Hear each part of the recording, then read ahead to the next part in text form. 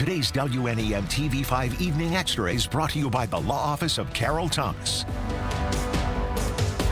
Central Michigan University calling its shot. CMU is so confident its undergrads will land a job or be in grad school within 6 months, it'll shell out $2,000 if they don't. It's called the Central Career Guarantee. TV5's James Felton tells us how the program works. We are one of a few that are doing this, and then we're the only one in Michigan that is doing it. Jennifer DeHamers, Vice President of Student Recruitment and Retention at Central Michigan University, tells us that CMU is launching the Central Career Guarantee Program. We believe so much in what we provide students that we will guarantee that at the end of their undergraduate program with us, they'll have a job or be in grad school within 6 months. And if they don't, for some reason, we will give them $2,000. Starting in the fall 26 semester, new undergraduate students or continuing undergraduate students that have at least 60 hours left to complete a degree at CMU can opt in to the program. They have to proactively opt into the program.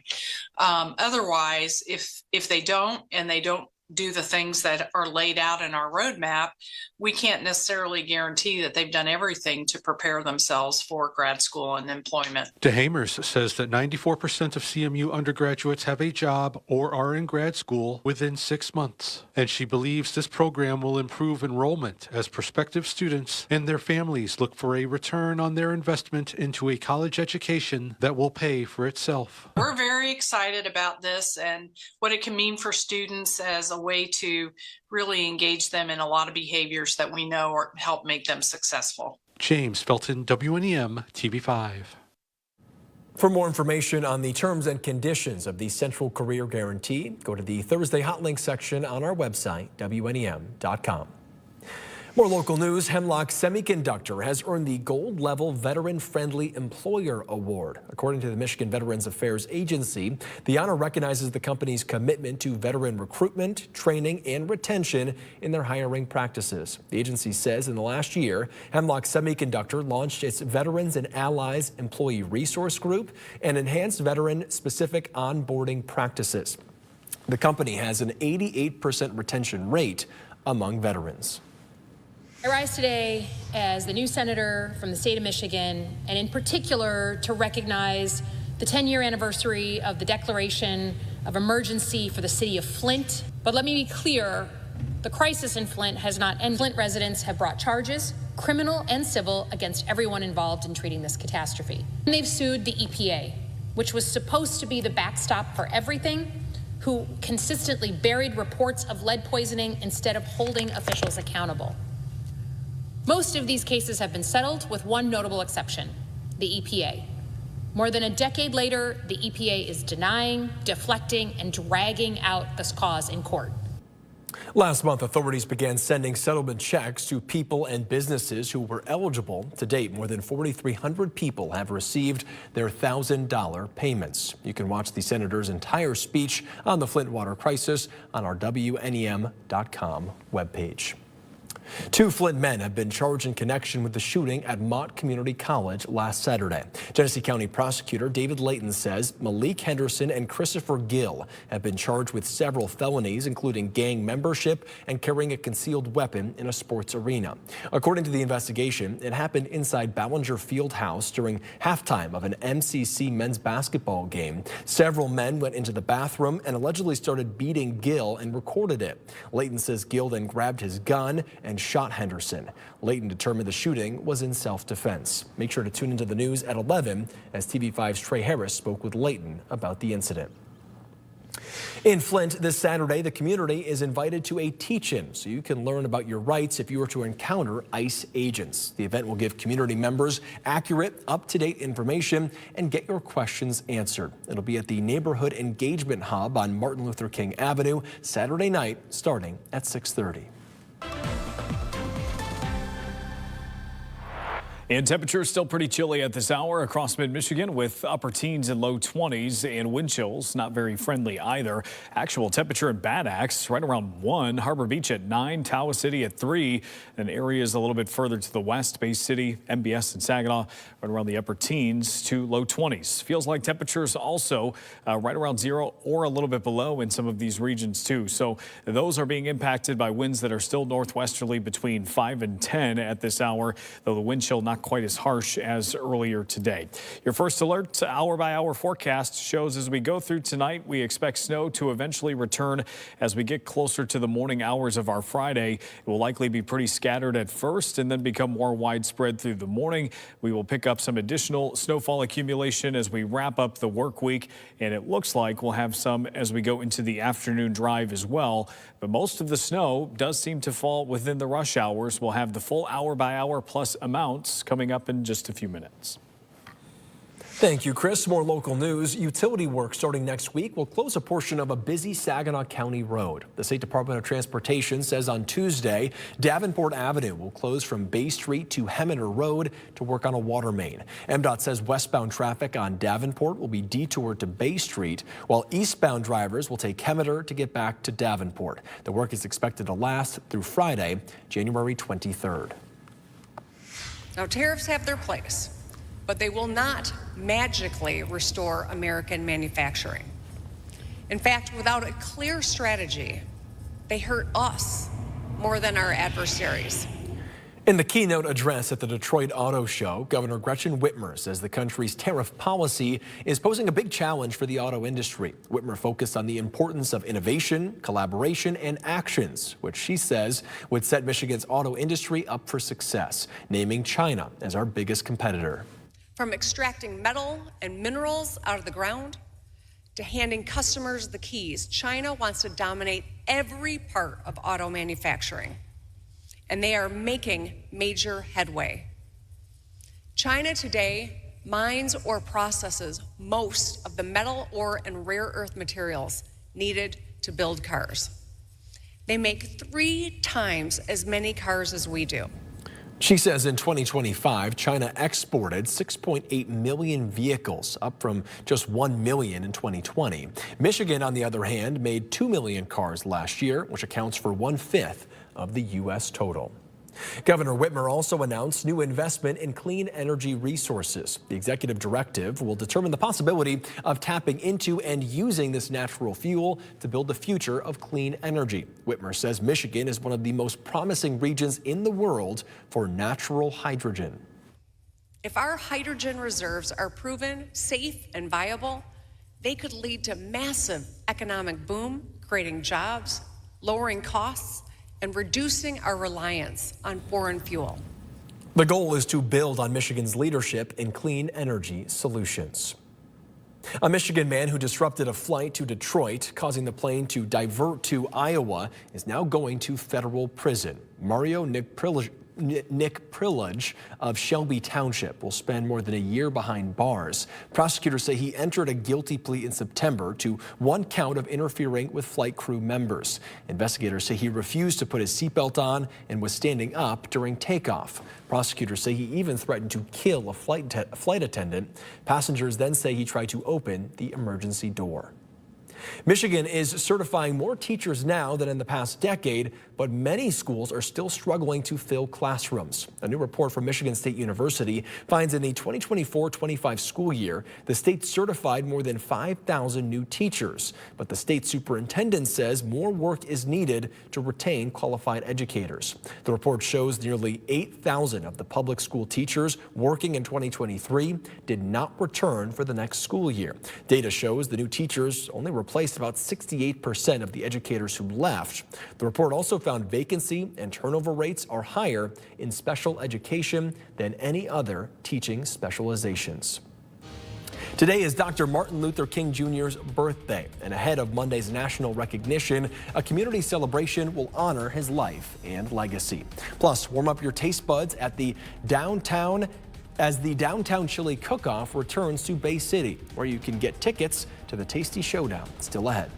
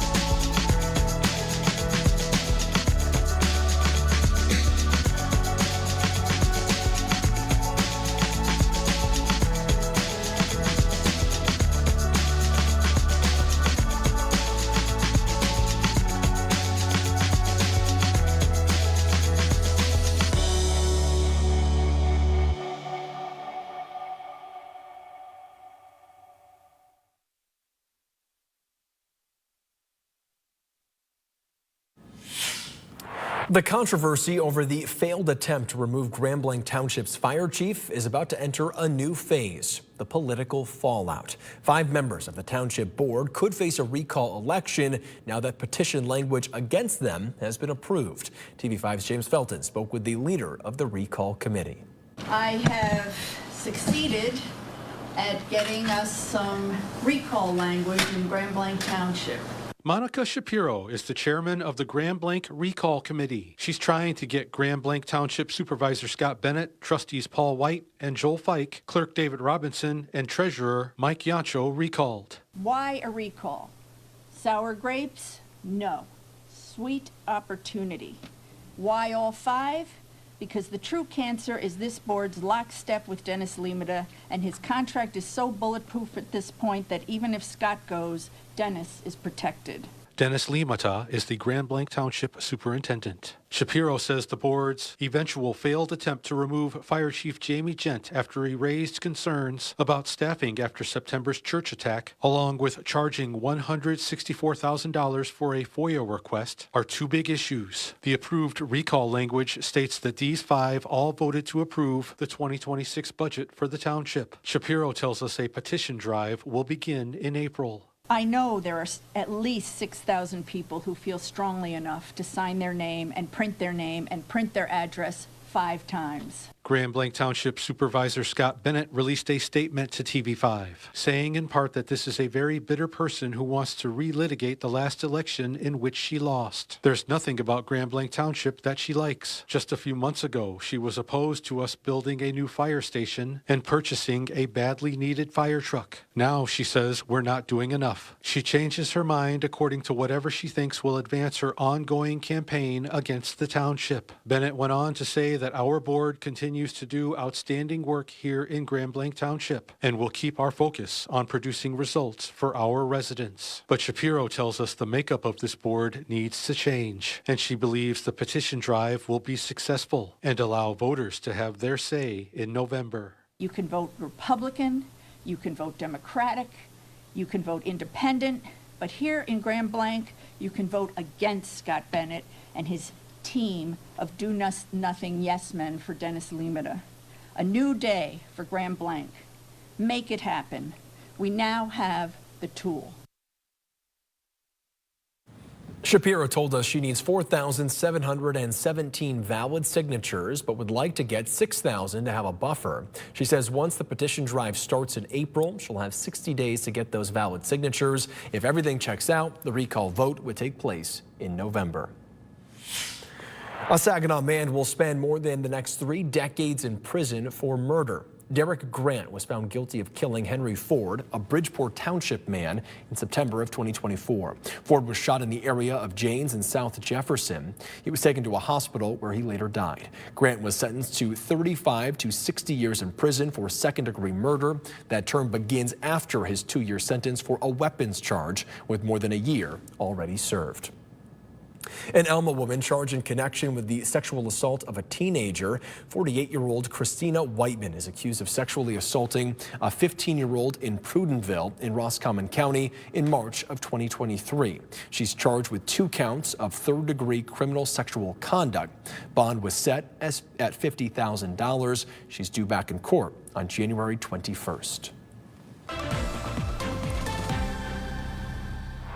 We'll look outside tonight at downtown Saginaw. It's been a pretty quiet afternoon over most of the region. Once we got that lake effect snow to come to an end in the thumb, things have been a little bit quieter from there, and it looks like we'll stay that way for the next several hours. But another round of snow is on the way for tomorrow, which could cause some slippery spots throughout the day, though temperatures will be warming up a little bit more once we get to the afternoon and the evening hours tomorrow. So road treatment should be a little bit better by that point. And also, I think we'll have an easier time clearing some of that snow too. But tomorrow morning, I think it will likely be scattered at first, so not slippery everywhere, but still keep an eye out for the morning drive and also some of those bus stops. And then once we get to about 8 o'clock to 4, I think that's when things are at their most consistent. So your sky tracker tonight shows we've actually got some clear skies overhead, but we do expect clouds to eventually return tonight along with that snow. I think because of how we have cleared out, the air is still pretty dry. So some of these initial showers that show up on the model here, they may have a tough time actually getting into the area or even reaching the ground. We'll add a small chance to the forecast for tonight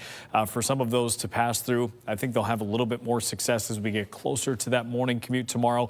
And then once we get through the later morning hours, you'll start to see the snow become more widespread. I think we're in pretty good shape by 7, but you'll see it start to become more widespread around late morning into early afternoon. And that's again where I expect mostly the peak of this event. I think the snowfall rates this time around a little bit closer to about 1/4 to 1/2 inch per hour. Those snow showers will start moving out as we get closer to 6, 7 o'clock.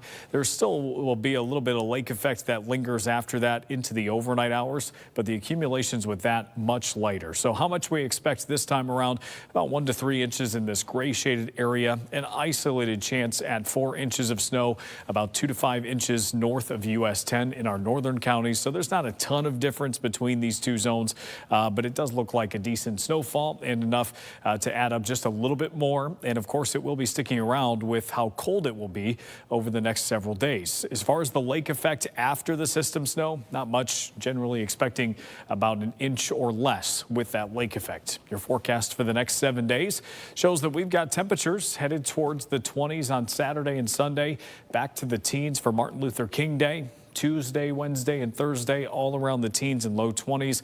And it seems like for that last third of January, below average temperatures are favored as we go towards the end of the month.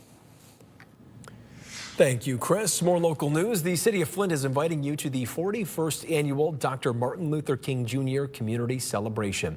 Saturday's theme is Mission Possible 2, building community, uniting a nation the nonviolent way. The event features a keynote address from Karma Lewis, the president of Flint Neighborhoods United. There's also special guests and live performances as they all gather and honor Dr. King's legacy. Saturday's Dr. King Community Celebration is at noon at the Gloria Coles Flint Public Library. A hearty seasonal event returns to Bay City. Next weekend, stay warm while exploring the city during the Downtown Chili Cook-Off. 8 local establishments will compete with their homemade recipes for a tasty showdown. After stopping at each location, you can vote for your favorite. Tickets are $15 and can be purchased at any participating location. The Downtown Chili Cook-Off in Bay City starts next Saturday. For a list of those competing, head to the Hot Links section of WNEM.com.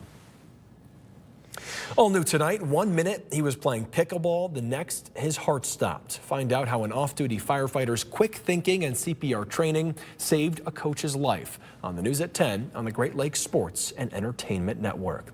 Then on TV5 News at 11, prosecutors detail the case against 2 people charged in Saturday's shooting at Mott Community College.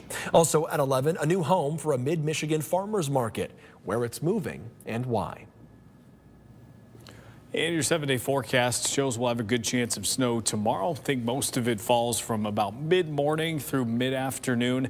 It does seem to slow down towards the evening. I think the best thing with that system tomorrow, the way it's projected, and of course we'll check on this during Wake Up tomorrow, but it seems like most of the snow starts after the big morning rush, and so I think we get most of our students to school on Friday without much trouble at all. I think there will be some slippery areas, but not necessarily a widespread problem. And then I also think it slows down a little bit before we get to the evening rush. So it seems like we thread a needle tomorrow. That's not to say we won't have some slippery spots, but it could be worse, I think, with the timing. So hopefully it stays that way. Not a good time for the Davis household to run out of salt. But I went out today and I got some, so I hope I'm going to address some of those slippery spots. Well, luckily, with the warmer temperatures by tomorrow afternoon, the salt will be more effective. Good. When you get more. That's what I like. I got some today. My son Beckett helped me. It was great. If you want to hear more about the weather, head on over to our digital live stream at 9 o'clock tonight. You can join that stream at WNEM.com, on the TV5 YouTube and Facebook pages, on our Roku and Fire Stick channels, and